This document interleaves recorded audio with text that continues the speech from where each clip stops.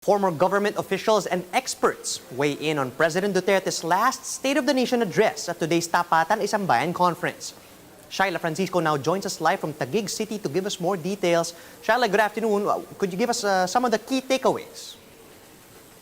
Charles, for one, they are one in saying that Duterte's almost 3-hour speech during his State of the Nation address focused more on the war on drugs, the security issues, and instituting this climate of fear instead of tackling or discussing more important issues, particularly the recovery plan amid the COVID-19 pandemic. Some of the conveners actually said that Duterte failed to acknowledge the gravity of the problem, extending to other important sectors such as the education and the economy. Former Health Secretary Esperanza Cabral said that Duterte may have failed to discuss his plan because during his speech he actually said that he didn't know what to do and is leaving it up to the IATF and to God, the situation or the way out of the pandemic.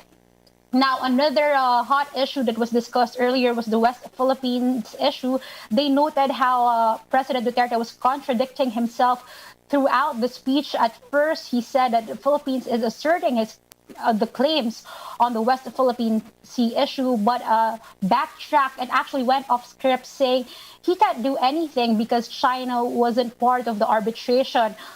Former Justice Secretary Antonio Carpio countered these claims, actually saying China was given every opportunity to be heard throughout the arbitration. They actually said they weren't participating, but actually submitted their position paper to defend their side on the issue. And he mentioned something about China ratifying an UNCLOS agreement, saying that they allow themselves to be heard or to submit themselves to arbitration by any parties. Charles?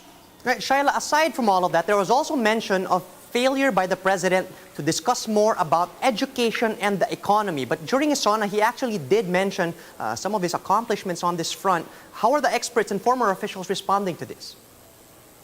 Well, Charles, on the education front, he actually doubted the passage of the Free Education Act. But as a former Education Secretary, Brother Armin Luistro pointed out, what will you do with a law if you don't have enough funds for it? He mentioned something about 27 million pesos, the lack of 27 billion pesos to actually institute or implement the free education. During his speech, he also said about providing quality education amid the pandemic. But Brother Armin Luistro pointed out also that this is far from reality. There's actually a learning crisis with some 3.5 million students who have failed to enroll last year. On the economic front,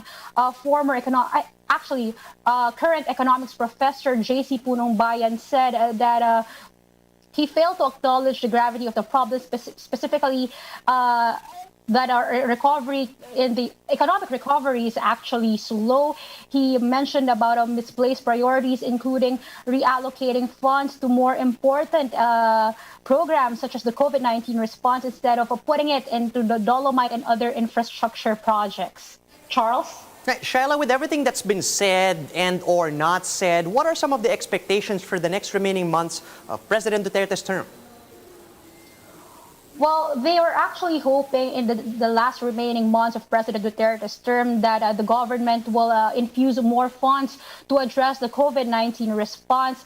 There are many ways to do it. For one, budget season is coming, so they are hoping that more funds will be allocated with the 2022 budget. And the second, while we are waiting for this, they can actually reallocate funds to the COVID-19 response, including getting funds from the Beach Nourishment Project, infrastructure projects, and other important projects that they can where they can source their funds. Now, they also want to speed up vaccination and testing so that the situation in COVID-19 will improve. Charles? Shaila, one last question regarding Isang Bayan. Regarding the conveners, have they finally selected the candidates for next year's elections?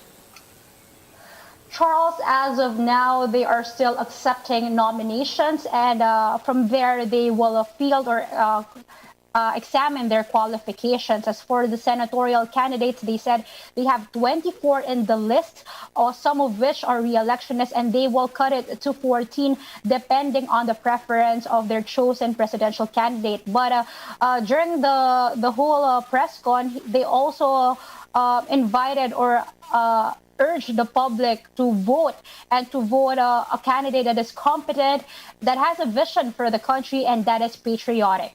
Charles? Thanks for that, and stay safe, Shaila. That was Shaila Francisco reporting live from Taguig.